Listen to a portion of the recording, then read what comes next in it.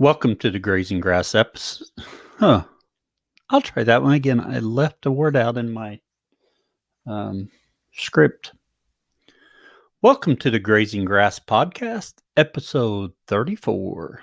Good record keeping goes a long ways. You're listening to the Grazing Grass Podcast, helping grass farmers learn from grass farmers. And every episode features a grass farmer and their operation. I'm your host, Cal Hardage. On today's show, we have Chase Jones of Ri-Zan Cattle Company. Chase is a fifth-generation rancher farmer in Southwest Wisconsin. And interesting about Chase is that he utilizes custom grazing. As I quickly think back over our guests, we have not had very many that focused on custom grazing. And then for the overgrazing section, we dive in deeper on finances. It's a really good one. Don't miss it. However, before we get to Chase, can you do me a favor? Go to grazinggrass.com and sign up for our email list. It's on the right side on the webpage or at the very bottom if you're looking at the webpage on a phone. We are busy working to improve the website and make it more useful for the community. And we will be sending out updates about our progress to our email list first. Along those lines, we received a suggestion from Brian Lacko. He wrote in to say, I think it would be really helpful if you put together a reading list of all the books mentioned on the podcast, just so they're all in one place. That is an excellent suggestion, and we're working on it. However, it's not quite ready yet, but soon it will be. Thank you for that suggestion. Enough of the housekeeping. Let's talk to Chase. Chase, we want to welcome you to the Grazing Grass Podcast. We're excited you're on here today. Thank you so much. I'm very excited. It's a great opportunity, and I can't wait to get into this. Wonderful. Chase, why don't you tell us about yourself and your operation? Sure. I am the fifth generation here on our farm or ranch in Southwest Wisconsin. We're kind of in the middle of the country where it's either a farm or a ranch. There's just depends on who you're talking to in the conversation. So fifth generation here, sixth on the way. And so I farm with my wife, my dad, and my mom are both, they're involved as well, help out from time to time now that I'm kind of running the show here. So the farm itself started about 400 acres. The piece I live on, right on the other side, was purchased during the Great Depression. So it's been in the family for quite a while. Went through everything from dairy to beef cattle, feeder steers, pigs, crops, all the way down to, I think my dad, when he grew up, had nurse cows in a barn. So yes. It was it's had quite a history. So yeah, here in Wisconsin we have hard winters and sometimes harder summers. This one in particular has been interesting. Are you getting a lot of that heat? It's been very hot and humid. It's been very dry as well. We don't do drought here. So if I like to say, if it's even a week without rain, we're looking at drought scenarios. Oh, no. When you put 90-degree plus weather with that, our grass just doesn't hold up to it. It burns to a crisp. So we don't have any of that grass that's really developed, unless you specifically go out and put that down, which we've been trying to do to kind of get ahead of that. Oh, yes. I've seen some of those temperatures across the north, and they're just mind-boggling for me. Now, we may hit some of them, but I think I saw 112 in Oregon, and I was like, oh, wow. Yes, we don't normally see 90-degree weather in June, so this is a bit of an odd year. That's more of an August, later in the summer situation. Right. And sorry to interrupt about your farm. You can go ahead with that. Absolutely. Sure. So going back, it had a long history of all kinds of commodities grown here, livestock operations from my great-grandfather, my grandfather.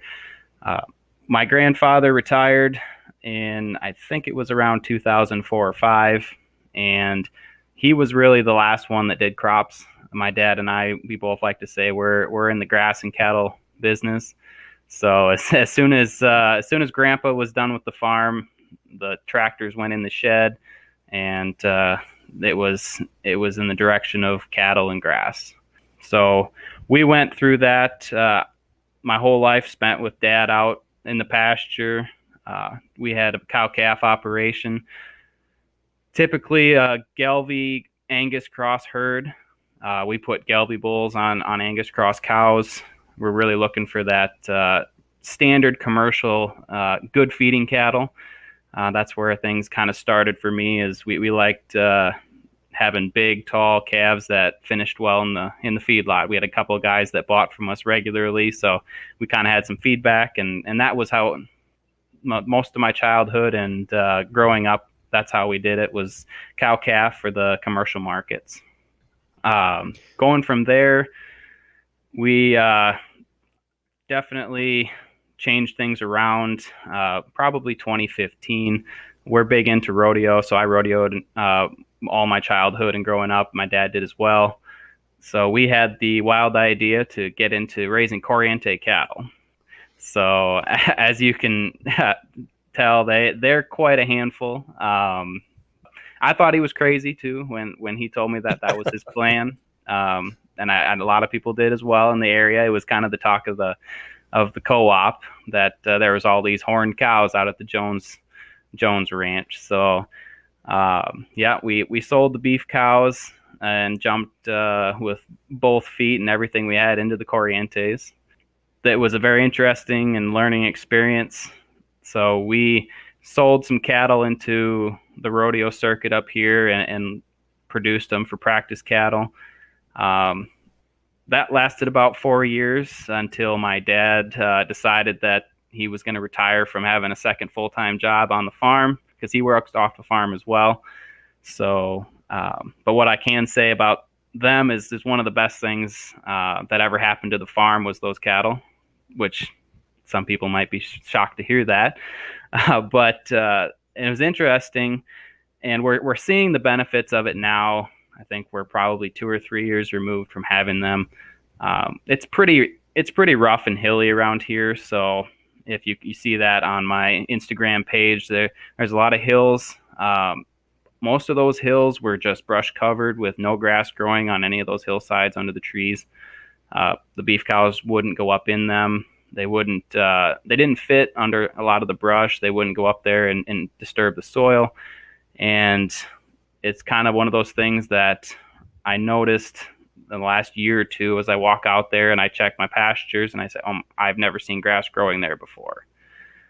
I see a lot less brush than we had before, and they would hang out in different places that I had never seen the cows hang out before. So it was quite a jump into them, and all I can say is it was a benefit to everybody here when it came to what they did for the land. So very good. So you got the Corriente cows. What led your dad to that decision? I'm not sure I ever got a straight answer out of him, but he had a wild hair one day and decided that he was going to kind of change how he did things. Wanted to do something different. He raised commercial beef for probably 45 or 50 years, so he decided that it was time for something new. Sounds like a good reason to me. I was going to say, I wasn't going to argue with him, so. Right. When you had the Corriente, were you rotating pastures with them? Yes, actually, I didn't mention that before, but once my dad took over the operation here, we went right into the rotational grazing. I guess it's gone by a lot of names in the past, right. But I've grown up with that type of mentality. He decided that he needed to be able to run more cattle than what my granddad did, and So he was going to find a way to do it. So that's how we got away from the crops and the set stocking. And he went to the NRCS office, he went to some conferences, and then he came home and said, all right, we're going to start rotating. And it just kind of gradually became a regular thing where, it started small, 2 or 3 pastures, and then we were able to get some electric fence up and divide some more. So he really was the start of the, I guess you would call it, better grass management on the property. Very good. And there's a learning curve to that. So absolutely. I was talking to someone other day, and they were asking me, and I said, the best advice I've got for you is just start. Absolutely. It doesn't, you don't get anywhere if you don't start. So no, you're exactly right. So Chase, are you all still running Corriente cows? No, we are not, actually. We decided that we'd sell those. My dad came to the family meeting one day and said that he didn't want to have a full-time job on the farm and off. So he wanted to do a little traveling with my mom and enjoy some half retirement. So it was a very interesting conversation that left some questions on the table of where the farm legacy was going to go. It kind of put the pressure on me to decide if I was going to jump in, because until then I was slowly buying cows and slowly working my way into kind of a partnership with him. And our goal until that point was to run as many commercial cows or the Corrientes as possible and farm together. So that was a very pivotal moment in, I guess, my farming or ranching career, and had to make some quick decisions, and that's how I ended up on the path I am now. Very good. And so what is that path with your cattle now? Sure. Yeah, we actually, I did some research and was trying to figure out, what kind of operation would fit my lifestyle and the time I have available.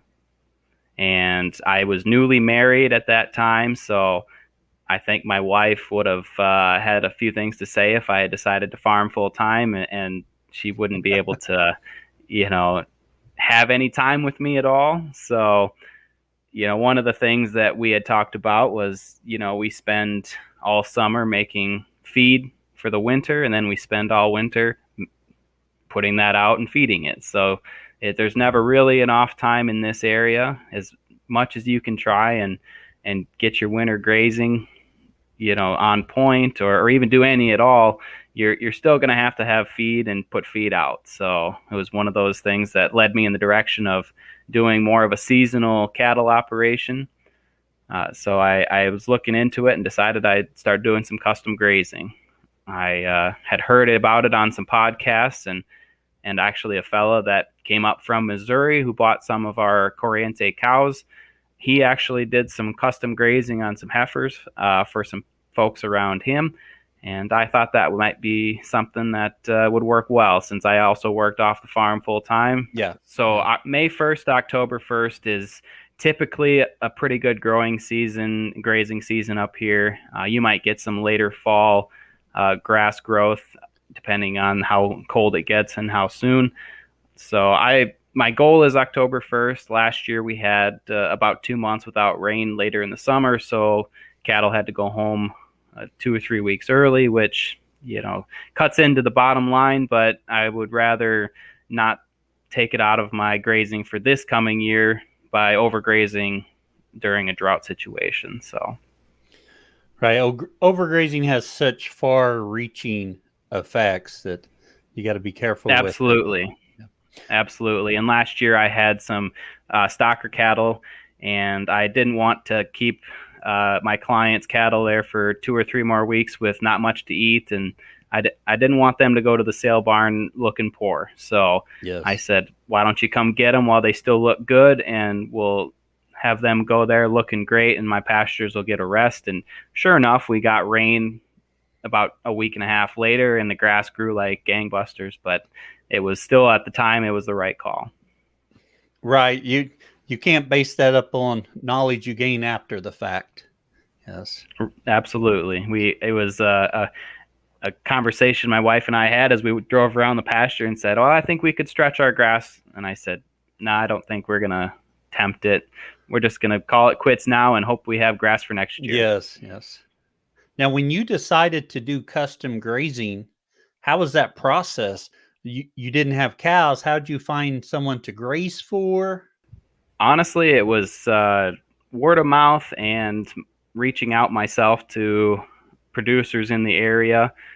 There's a great producer that is about half an hour away from myself, and I sent him a message on Facebook, and I said, "Here's kind of what's going to happen with the operation. My dad's retiring, and I'm taking on something new.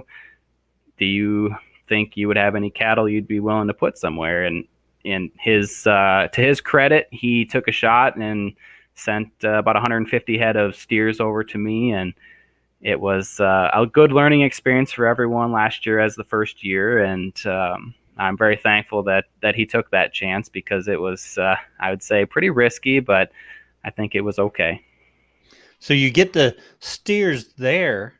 Are they used to electric fence? Are you using electric fence with them? What's the process to get them going? Sure. Yeah. So they came right out of a backgrounding yard down in Iowa, and so that there was no electric fence training. They came in. Thankfully, the way I have things set up, I put them in a smaller pasture that's divided with an electrified barbed wire, just a single strand, and the paddock's only about 7 acres that they're in, so it kind of gives them a chance to explore. There's solid fence on 3 sides, and then it gives them a chance to get used to something being only one strand. To be honest, they really didn't give me any trouble unless there was a high spot in the wire in one of the dips that they decided they would walk under. But once they got it used to that, I mean, I could have kept them on the roadside with one strand of the poly wire. So. Oh, very good. Very good. So tell us about your management of those stockers. Yes. So we actually, I rented from my folks our native pasture here. There is about 90 acres. It was hills and trees and streams, and then there was another 45 or 50 acres of crop ground that we've seeded down. And so I had a pretty good mix of grass and producing ground. So last year during the drought, the crop ground that we had seeded down with a few more hardy grasses, they really did well during that dry spell. So I was able to still maintain some weight gain on that. But I divided it. There was 150 head, and there was, I think, about 8 or 9 paddocks total. Maybe 10 if I am remembering correctly. And they were on a 4 or 5 day move, depending on the grass level. So it was kind of tight last year. There was about 150 head of steers on 126 acres. So it was surprisingly, through the drought, I did well, and they gained well. And we had about a 21 to 24 day rest period, which up here is pretty good considering. If you get in water, your grass will grow and it will produce. I know in a lot of places that's just a drop in a bucket compared to the rest period that they require. Not that far away from here, so we're pretty blessed in that aspect. From there, we, like I said, I divided that seeded crop ground with a water tank, and was doing a little experimentation with that. I made my paddocks, the first couple times I put fence out, and I put them in 1 or 2 day paddocks. And unfortunately, that just wasn't enough time for me to get ahead of them while working off the farm. So we ended up expanding them a little bit so that I had about 3 or 4 days to get out ahead of them and make sure that we had grass set up for them. So I think you touch on an excellent point there, Chase, about you're working around an off-the-farm job, as many of us are. And as much as I want to do daily moves, sometimes my moves are not daily because I have to plan for what's happening on my job. I have to plan for what's happening with family. Absolutely. And you can change that time period to fit your situation, and that's what's so great about it, because you're not losing all the benefits by going a few days longer. It's just a little Nope. bit different on your management. No, and that's exactly right. It's kind of, you have to adapt to what your environment, to what your schedule, to what everything is going to Yes. allow. You can't do what somebody does in one place if it doesn't fit in your scenario. So, like I said, I would love to be out there moving every day, but maybe in the future. I do enjoy being with them and moving fence, but that's hopefully going to come down the road. How was the performance for the stalkers on that 4 or 5 day rotation? I think it did pretty well. They gained between 1.5 and 2 pounds, I would say. Oh, okay. I think I would have been able to do better if I had kept it down a little tighter. The other thing I would do is probably not overstock my acreage quite as high. I think there was a little bit too much competition. Probably go closer to a 1-to-1, 1 head per acre. I was at like 0.8 head. I was at 0.8 acres per head. So yeah, I was overstocked by probably 25 or 30 head. So I think, suffered a little bit in the gains there, but then we had the wild weather last year with extreme rain events, 4 or 5 inches at a time. And then we went into the drought, and so it was a wild season for those steers, and I'm just glad that everybody made it through healthy. I did have a pretty bad bout of pink eye come through the herd. Our area was hit pretty bad, so out of that 150 head, I think I had to treat about 65 at one time or another, and so it was quite a year for learning. Interesting. I'm going to go on a tangent just real quick. Pink eye has been a hot conversation topic lately. I've seen it on Facebook. I was at the South Pole Field Day. I heard it brought up there. I actually think Greg Judy just had a video where he talked about it. I've been hearing it everywhere about pink eye this year, and a lot of people are having a lot of trouble. And I've talked about, or things I've heard, different methods, whether you just leave them alone, whether you doctor them, how intense is that doctoring? What did you do? And we realize you're not a veterinarian, so we realize that advice is not coming from a vet. But what did you do in your situation? Yes, this is non-medical advice, but Yes. We'll put that disclaimer out there. But it kind of depended on where the cattle were at the time. To be honest, there's certain portions of the ranch that are quite a ways away from working pens. I didn't want to have to move the cattle all back there to get a handful out. So when they were out there, we actually used a dart gun with Draxon, and that worked fantastic. Now that's a little more expensive route to go, but there was only a limited number that we had to treat with that method. The rest of them, ran them through the chute, some LA200 and a gene patch over the eye, worked wonders. I don't think we lost any. So, very good. Yep, very no good. No lost eyes last year. There was one steer that had to come in and stay in our lean-to because he had both eyes covered with patches because he had it in both eyes. So he made it out with the rest of them after a couple weeks and was fine. Very good.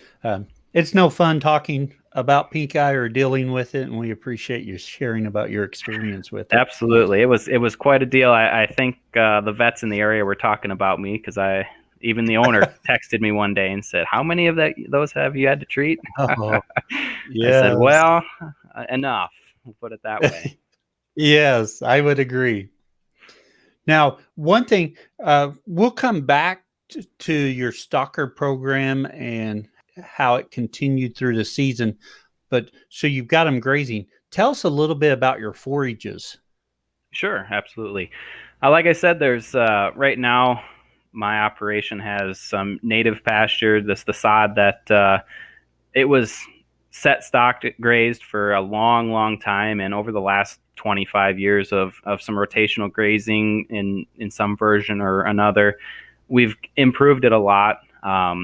So there's going to be everything from red and white clover, There's actually a little alfalfa sprinkled out there, depending on what washed off the crop ground when we seeded, yes. which is kind of fun. You get to see some things pop up down the stream. Then there's anything from Timothy. There's perennial ryegrass, some tall fescue. I think one of the mixes that we put in some of our crop ground had some Kentucky blue, Italian rye, orchard grass, and some brome grass as well. So pretty diverse mix that I'm very thankful for it when you get those certain events that, like you said, you get some dry weather, certain grasses do real well, and you get some cold, wet weather, you can bank on the other ones. Yeah, it sounds like a very nice polyculture you have there. Trying to. Are you using any pesticides or herbicides? Personally, no. We actually we don't spray. We do clip pastures once a year, try and take care of the thistles that way. Just yes. A personal preference not to go out and do any spraying. The other part of the farm that is rented out right now, he's making hay off of the pastures or the field ground that I don't rent. And he does a little spraying for weeds, but I think he's pretty minimal. So there's not a lot of mixing there. But no, it's usually either a shovel or to not chop down thistles or mowing pastures. So. Oh yes. And those thistles are quite the opponent or nemesis for us farmers. They surely are. They're a nemesis that I've been fighting since I was old enough to hold a shovel. Because they always seem to grow in a spot that you can't get the mower or the clippers. So that is true. Yes. Okay, you talked about your fencing infrastructure. What about your watering infrastructure? Yeah, so that's a work in progress. A lot of our pastures, the existing native pasture ground has some creeks running through it. So that I'm usually pretty good at. This year it's been pretty dry. We're quite a bit behind on the moisture level, and I've actually had one stream dry up that I haven't seen dry in probably 10 to 12 years. On the other hand, once I actually seeded down some of our crop ground, I will say that having that sod and water catching ability, there is another spring on one pasture that would only run in the springtime when there was abundant moisture, and it would be dry by mid-June. And that was the way it was my whole life while that was in crops. And right above it, we seeded it down to grass, and that spring has run every year since, all year. Oh, very good. Yeah, so it's one of my little personal achievements, I think, there that I like to brag about, is that this spring is now a year-round spring, and I think it's 100% due to being able to catch water and retain it. Very good. You had asked me about some water infrastructure, and I got on a tangent about springs, which I tend to do. My wife just rolls her eyes when I go off on my tangents about anything to do with the soil, water, cattle. But like I said, we're working on infrastructure, trying to get some water pipe laid out to some of the field ground, because they're a long ways from any water points. So hoping to get some water lines and some tanks put out there. On those pastures, it's a long ways from any watering points. Are you making an alley back to water, or are you just giving them a bigger area? Trying to do the alley, especially during the dry spell where, it's not going to really damage the ground too much to have them trekking back and forth. There was a couple times that last year during the wet spring that they muddied up the lane, but I really haven't seen any long-lasting side effects of that. It's grown fully over in grass this year and looks great. So, the animal impact is a wonderful thing, and seems to be a lot of senses. Yes. So you've got your calves grazing last year, and it turns dry, and you have to call the owner. How did that go, that conversation? Was he receptive to the idea? Did he understand? Yeah, so surprisingly, it was later in the season. I was able to get him within 2 or 3 weeks of our intended out date. So, and he was on board. I called him. I said, hey, I would like to see your cattle go before they start to suffer and go backwards, in finish on them. I want them to be going through that sale ring, because he takes them right to the sale barn and puts them in the Yes. fall sale. And I said, I want to make sure that you've got a good looking set of steers to go down there. And I think if we hit the earlier sale before we start to stress them, make them look for grass, I think that'll be great. And he said, all right, I'll send the trailers. And they loaded up and took them home. So are you grazing stockers for the same owner this year? Actually, he sent some heifers to me. So Okay. yeah, so he does he runs a lot of cattle on different pastures, and I think he had some issues with bulls not performing last year, and so he had a bunch of small groups of heifers out, and one bull with each group. And if one bull goes down and doesn't perform, there's a group of heifers that's not bred. So he thought it would be an interesting endeavor to send some heifers up here and get them all in one place, send a couple of bulls up. And so they're here now. He's going to put them out here for a 42 to 45 day window, and then he'll take them home, and everything that's bred is bred, and everything that's not will get sold as open heifers. Is it going fairly well this year? I believe so. The cattle came in really good condition. They haven't lost any, which was my goal, is to make sure that they stayed, fleshy and good enough to get those heat cycles going. So far, I think the bulls have been doing their job, getting out there, being active despite the heat.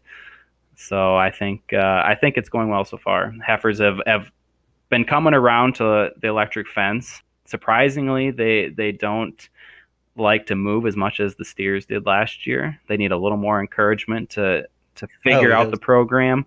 Last year, I could have led that whole herd with the Ranger in a bucket with some rocks in it all the way to town. They would have followed me anywhere. This year, the heifers are a little bit more skeptical about what we're doing out there, so they require a little more encouragement and usually a couple extra hands. Oh, yes. We talked about your pink eye challenge earlier. What other challenges have you encountered on this? Sure. So I think one of the big challenges that is kind of the abrupt nature of how things decided to fall in my lap.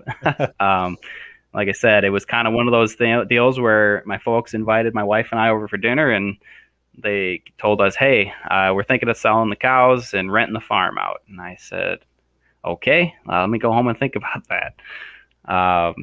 My biggest fear, I guess, if I couldn't come up with an opportunity or a business plan to run the farm, it would go out of our control, and somebody could come in and rent it and run it however they wanted to. And especially in this area, I mean, it goes right back to crops. Oh, yes. It probably goes right to a set stocking rate. And, I hated to see all those good sod fields tore up that we had seeded down, and I hated to see a set stocking rate back on our pastures and kind of see them go backwards. So it was, one of the challenges was to try and quickly come up with a viable option of how I could do it. And we're starting small. I'm renting about half the farm. My dad was good enough to work with me, and he rents out the other half to another farmer in the area that, and in the contract, he's not allowed to tear up the fields, which, considering the price of corn this year, he was regretting a little bit, I think. Oh, yeah. But he's been able to make some good crops of hay, so I think it's okay. But yeah, so one of the big challenges, honestly, was the family dynamic of figuring out, what's next. Balancing, the previous generation, they had to buy the farm, so they still have, mortgage debt against the farm, so they still need to make, a living off of it. So how do you make sure that I run a business that's profitable enough to pay them a fair rent, and while making it worthwhile for myself, especially around here. That crop ground that I would like to have cattle grazing on is in the $250 to $300 an acre land rent range. So I'm kind of nervous to try and get into that, but I'd like to, because I would really like to expand the operation. But those are hard numbers to overcome when you're trying to pencil it out. Those would be, yes. I complain about land price or lease prices here, but we're not dealing with any cropland around me, so far different numbers. Yes, and unfortunately, we have some really good crop ground around here, and it makes it tough to compete against the big grain farmers that are willing to pay for it. And I just want to run some cows on it. Yes. You kind of mentioned this before, as you said, about more land, but where do you see yourself going in the future with your operation? Well, yeah, like I said, the goal is in the next couple of years to phase out the rent contract with the other operator, and gradually take over production and control of the rest of the farm. My hope is to get into that 250 to 300 head range for stockers or anything. I'm a little hesitant to get into the cow-calf custom grazing. I don't know if I want to have to deal with calves and sickness and stuff like that again. I mean, we did it for a long time, and it's kind of nice to not have to worry about them quite as much as the baby calves running around. So yeah, that just expanding the scope of my operation to include the rest of the farm, develop some new infrastructure for water. I'd like to maybe take out some internal fences and play around with my poly wire. I've done that a little bit this year, which it's kind of fun. I've divided a couple pastures up in ways that they've never been divided before. So I'm getting some really good impact in areas that normally, because of typical fence design back in the day, the cattle didn't spend much time there because it was a long walk back to the water in the valley. So just trying to be more creative with that and get cattle back out on that crop ground again, and because you can grow a lot of beef out on those fields that we seeded down. It was a good mix, and it's taken really well. So that and my hope is getting into custom grazing and getting some cattle here that are going more for the grass-fed, grass-raised beef. I really love all the opportunities that are in that aspect of this industry. Seeing so many people get started through COVID with selling their own beef off the farm. I mean, it's fantastic to see folks, even young folks that are just right out of college. They're getting a start with their small farm operation, and they sell a little grass-fed beef. Wisconsin has a co-op here that there's about 200 farms. It's Wisconsin Meadows Co-op, and they have grass-fed beef and grass-fed pork, and they treat it as a co-op. They take cattle in and pay a premium for cattle raised a certain way, and I think there's 200 to 210 farms that are involved in it. So it's kind of neat to have that market in this area. So I hope to eventually be able to contribute to that. Very good. Chase, it's time for our overgrazing section, a deep dive into something about your operation or practice. And we talked about this a little bit earlier. What are you going to talk about today? Absolutely. I'm excited to get into this section. It's always a good listen when we listen to your podcasts, usually when I'm on the road. So one of the things that came to mind was talking about something that was maybe not grazing related, because there's a lot of guys out there that can tell you a lot of things that know more than me. So I guess I went back to my background as an ag lender at a bank here locally. Wanted to talk about something that most farmers, I should say, that I've worked with kind of dread, and it's that shoebox of receipts, yes. That sits underneath the desk for 11 months out of the year, and or it's even just the pile of old notebooks that you put on the kitchen table, and I've seen it all as when I go to ask for finances or financial documents. I've seen everything, but one of the things that I found in my time working with farmers, working with farm operations was, good record keeping goes a long ways. There's plenty of guys out there that can tell you the lineage of that cow and every cow that came before her in the line, what bull she was out of, what his dam and what her grandmother, could have made and what they were. But they couldn't tell you if that side of their operation was making or losing money. I worked with farms that were very diverse. They'd have dairy and beef and crops, and they wouldn't be able to tell me if one had made money this year or the other, because it all went in one place and it was just kind of a mess. Oh, yes.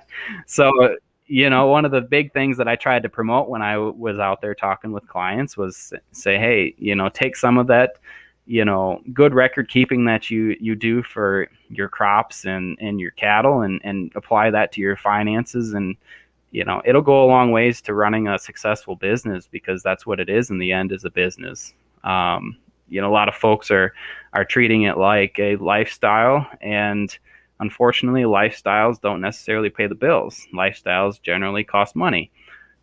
So a couple of things that I always talk to them about was, make sure you get into your bank or your accountant, put together a balance sheet.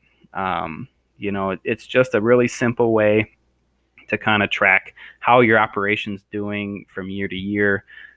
Did you make progress on your debt? Did you add debt that, it's amazing what can happen through the course of 12 months, and if you don't, track that, then you don't really know where you're sitting financially as a business.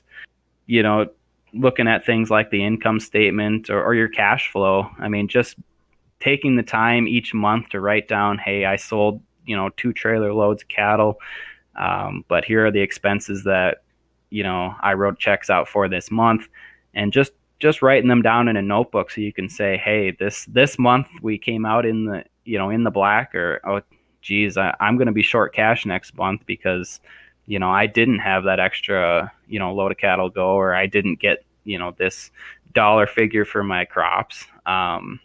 So it's good to be a good farmer, but it's better to be a good farmer and a better businessman. Right. Being that businessman can keep you in business a lot longer. Absolutely. Financial sustainability is what I like to call it. Or, we talk a lot about, regenerative agriculture and sustainable agriculture, but, there's no sustainable or regenerative agriculture if there's not sustainable, farm finances, and if your operation's not in your control in 5 years. So true. And I love that, financial sustainability. That's very good wording there. Now, you talked about, just to paraphrase and summarize some of that, you got to know if you're making a profit. You need to know by enterprise. Absolutely. How each of them's doing, and keeping your records. You mentioned a notebook. Do you have a preferred way to keep your records? If a client comes in to talk to you, how would you love to see the information? Well, to be honest, I would just love to see it somewhere. Not just off the top of their head or what they can remember that day. QuickBooks is great. There's plenty of services out there that, you can subscribe to, but those take time and a little know-how. So, just a notebook. I like to use, the example of my folks that they have a notebook for every year that they were in business, that they kept track of every month, and they had expenses and revenues written down. So it doesn't have to be fancy. It can be a notebook. It can be a Excel spreadsheet, just as long as you're kind of keeping track of where things are at, because, it'll pay off in the end when you can say, this is working out well for our operation, but this side isn't. Okay, now what do we do with that side that's not? Is there something I can do to change it? Is there something that I'm doing wrong, or is it just not working for us? And, there's plenty of operations that, could have been saved by making a couple tweaks here and there. But if they're not in a position to see those or to recognize them, they're in tough shape. Excellent advice. And one more question before we move on to our famous four. You mentioned a balance sheet. Just Yes. for everyone, can you talk about what information goes on a balance sheet? Absolutely. Yes. So the balance sheet is just a list of all your assets and everything you own on one side, and the other side is everything that you owe. So, if you've got a loan at the bank for that real fancy pickup truck, or if you've got that Cabela's credit card, that all goes on there. Do you own 150 acres of land here? That goes on the asset side. So basically, it's just tracking, what you have in your possession and what you owe against it. The biggest thing that your balance sheet can show you is, if everything you owned was sold, would it pay off all your bills? Very good. An excellent summary right there. If you sold everything you own, would it pay off all your bills? Yep. Yes. Or would you be looking for a job to pay the rest of it off? Yes. Wonderful deep dive into that for our overgrazing section, Chase. Really appreciate that. Sure. Let's move on to our famous four, the same four questions we ask of all of our guests. And our first question, what's your favorite grazing grass related book or resource? Oh, that is a good question. And I actually have a stack of books here because I was trying to be prepared. I've heard almost all of these titles on previous podcasts, books by Greg Judy, Jim Garish. Heck, I even like to read The Stockman Grass Farmer. That's a very good resource. Other than that, there's one book that I purchased when I was at a grazing conference here in Wisconsin. It's called The Art and Science of Grazing by Sarah Flack. One that I haven't heard mentioned, but it's very interesting and a really neat book that I think any small beginning producer would benefit from reading, because it talks about everything. It talks about everything from finances. It talks about paddock size and setup to types of grasses to, different from dairy to pigs to, sheep and beef. So it's kind of an all-in-one book that's kind of fun to read. So plenty of pictures too. Very good. One of the things I love in books are diagrams and drawings. Absolutely. Yeah. Something to look at. And, and the other things, I've heard plenty of folks talk about it too, is the beauty of the internet. YouTube is wonderful. Oh, yes. I've spent many an hour, listening to a YouTube, video or watching. Greg Judy's videos are always excellent. Other podcasts, I listen to every episode that you've put out. There's so many people doing these podcasts that just shed light on lots of different ways of thinking. Ranching Reboot with Brian Alexander, Working Cows with Clay Connery. The Herd Quitter podcast is a new one. There's a fella up here in Minnesota that he's affiliated with Farrow Cattle Company, and his name escapes me right now, so I apologize if he happens to hear this. I should know that too, and I'm drawing a blank on that as well. And I just listened to his new podcast he put out today, and so I'm going to kick myself for not remembering his name, but the Herd Quitter podcast is a good one. And actually an interesting one that I just started listening to was the Roots and Ruminants podcast. There's okay. two guys, I think they're from Iowa, that have there's a little bit more of a conventional take on how to match cattle and crops. Trying to get, especially in Iowa where there's almost no, cattle out on the field anymore. I mean, they're either in confinement or feedlots, and they're exploring some innovative ways to get them out there. So there's a couple really cool podcasts that they've done there. So I'm not familiar with that one. And you called it Roots and Ruminants? Roots and Ruminants. Yep. Okay. Ruminants. Yep. So there's, I think there was one of my favorite episodes so far was a fella from Iowa that he turns his crop fields into his winter feed lot for his cattle, and he plants cover crops, and instead of putting them in a barn or putting them in a a dirt pen, he puts them out on the I think he fenced in 160 acres, and he said it's taken care of a lot of his foot and leg issues and respiratory illnesses, and he said the cattle gain just as well as their counterparts in his buildings. So he said it's a very unique way to do it. So yeah, I think that was episode 3. So that would be a good one to listen to. Oh, very good. Very good. Yeah. Our second question, what tool could you not live without on your farm? That kind of varies day to day. But to be honest, my pasture map app, that's a lifesaver. I know that Brian on the Ranching Reboot, his co-host there, CK, she does a good job with that outreach with that app, and I'm a big time believer in it because it just allows you to track things.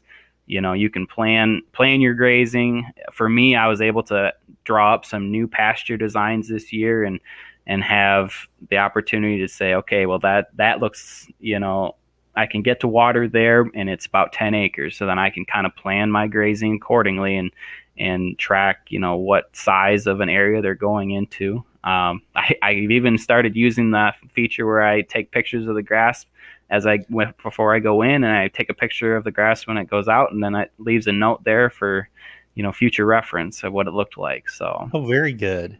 Yeah, that and the Ranger and a horse.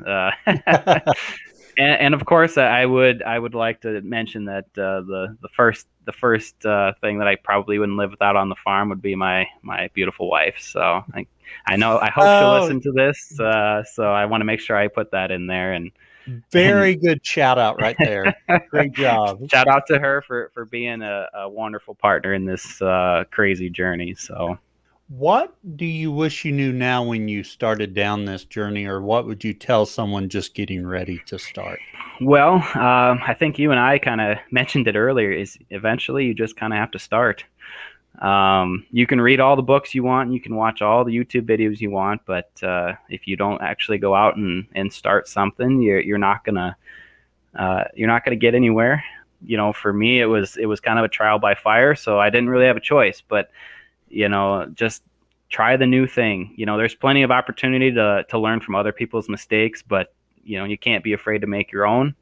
You have to kind of forge your own path and see what happens as you go. Excellent advice there. And I just want to broaden that just a little bit. I try and make the same mistake a few times. That way I'm for sure it's not going to work. That's right. You just make sure it was a mistake, and then okay, I think it was definitely a mistake. Yes, yeah. Just gonna verify that. And lastly, Chase, where can others find out more about you and your farm? Sure. It's going to be Ri-Zan Cattle Company on Facebook and Instagram.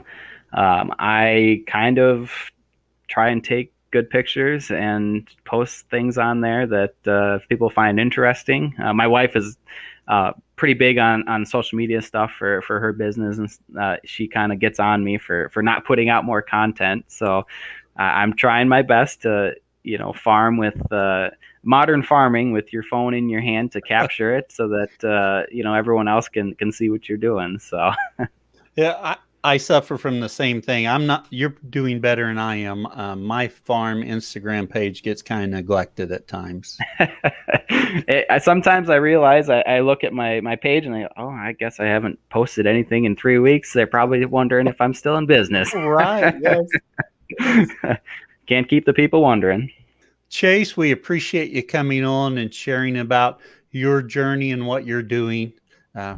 Greatly enjoyed the conversation. Thank you for coming on. Absolutely. I appreciate the opportunity, and thank you for facilitating so many great conversations. And I look forward to hearing more in the future. Thank you. You're listening to the Grazing Grass Podcast, helping grass farmers learn from grass farmers. And every episode features a grass farmer and their operation. In addition to finding the Grazing Grass Podcast on your favorite podcast app, you can find us on Facebook, Twitter, and Instagram. And we encourage you to share our post with others when you find something valuable. It's a great way to get the word out about our podcast, and we appreciate your support. Until next time, keep on grazing grass. Hey there, listeners. We appreciate you tuning in and want to continue bringing you the best content we can. But producing a podcast takes a lot of time and effort, so we need your support. You can help us out by joining the Grazing Grass community and becoming a supporter for exclusive content and early releases. Also, you can buy our merch to show your love for the show, or by using our affiliate links to purchase products or services we recommend. If you can't support us financially, please spread the word and tell others about our show. Thank you for your support, and we can't wait to bring you more great conversations from grass farmers like you.